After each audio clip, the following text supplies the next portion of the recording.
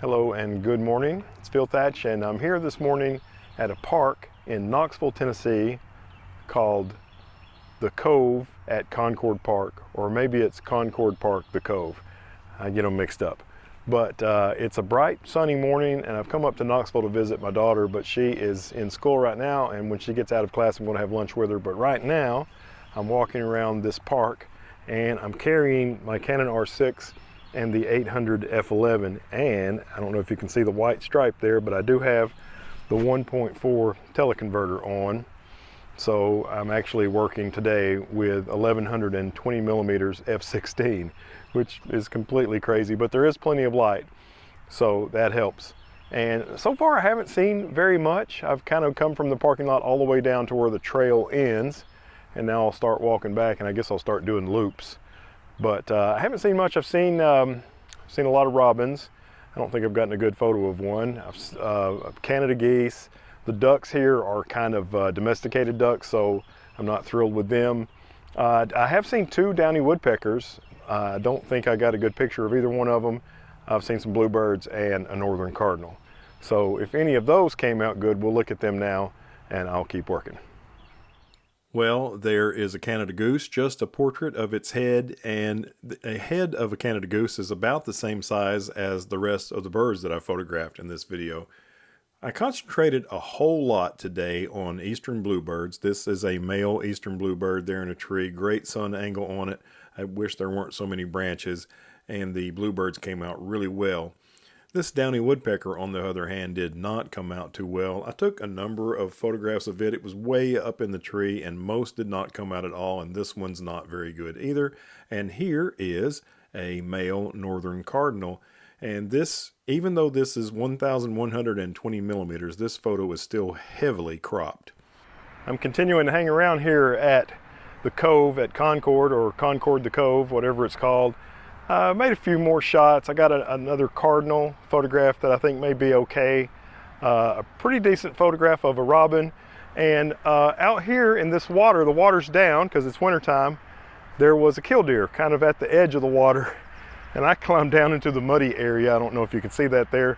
And got down on, not on my knees, but I squatted down as low as I could get and made a few shots. And I think I may have got at least one decent photograph of the killdeer in the water with reflection.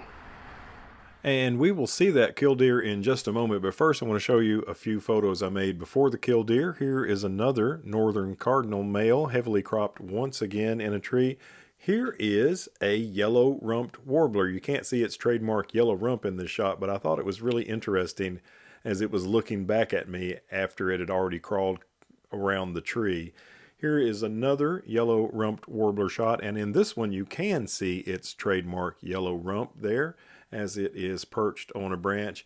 And here is a much more up-close photograph, barely cropped at all, 5000 ISO shot of a American robin in a tree. And you can see its muddy feet where it was in the area where this killdeer is. And here finally is the killdeer photograph that I made. Got my feet a little bit muddy working on that one, but I thought it was worth it. This is the best killdeer shot I've ever made, I think. Here is a red-winged blackbird. It was in one of the trees there near the water, and I'm not sure what it was contemplating on looking down here, but I thought it was interesting. Okay, I ran across some eastern bluebirds in this tree behind me right here with really good sun angle on them, and I think I got a really nice shot of the male in this tree. Let's take a look. I think this is probably my favorite photograph of the day, this 2000 ISO photograph of the male, beautiful male eastern bluebird. There's a lot of branches in this, but it doesn't really bother me that much.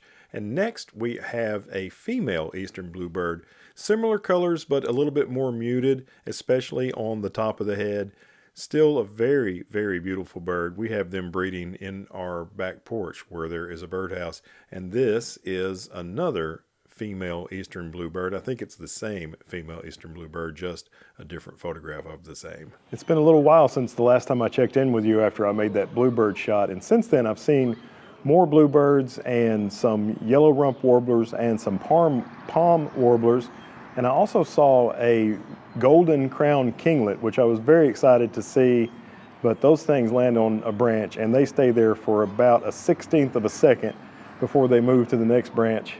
And while I was able to just about get the bird in the frame and in focus before it left, I never got an actual decent shot of the golden crowned kinglet. So that's kind of disappointing, but let's take a look at the stuff that I did get. Here is a beautiful yellow-rumped warbler there on the tree. I think it's interesting the way one leg is sticking way out and one is not, to kind of balance it on that tree branch. And here is a palm warbler. We saw a lot of these when we were down in Florida. We even saw them at Disney World, and it was interesting to see them back home in Tennessee. And here is another palm warbler. This is the only really high ISO shot of the day. This one's 10,000 ISO, but the Canon R6 in conjunction with Topaz Denoise AI can handle that ISO no problem.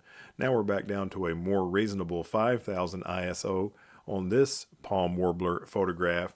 And next we have an American robin. I got down really low on the ground and made this good sun angle shot of the robin with some bokeh-fied tiny purple flowers in the background. I was really happy with the 800 and the teleconverter today. Well, overall, I think I really like this place. I think I'll be coming back here on future visits to come and see my daughter at the University of Tennessee at Knoxville. And this is a nice place that's about 20 minutes from the campus, maybe 25, to stop and do some photography. And so that's been a success, the location, and this is the first time I've done an entire morning shooting with nothing but the 800 and the teleconverter, and I think it's gone pretty well as well. I still, even with all those millimeters on full frame, quite often I did not fill the frame with small birds, so you never can have enough millimeters. And I watched a video the other day by an Australian fellow named Dwayne Patton. I think I'm pronouncing his name right. And he was talking about how to shoot in good light. And of course, I always like to shoot in the morning. And he said, if your shadow is longer than you are tall, then the light's probably still pretty good. And if you are taller than your shadow, then the light's probably starting to get bad. And that's exactly what's happening now. This sun is still not straight over my head, but it's the light is getting harsher and harsher. So with that in mind, I'm probably going to call it a morning. I still have a little bit of time before I have to go see my daughter. I can rest here for about an hour. I might even take a nap because I got up really early to get here by 8 o'clock. So I really appreciate you taking the time out of your day to watch this video. And if you liked it, a thumbs up would be great. You want to see some more stuff like this, subscribe and hit the bell. And as always, I look forward to seeing you in the next one. Bye-bye from Concord, the Cove.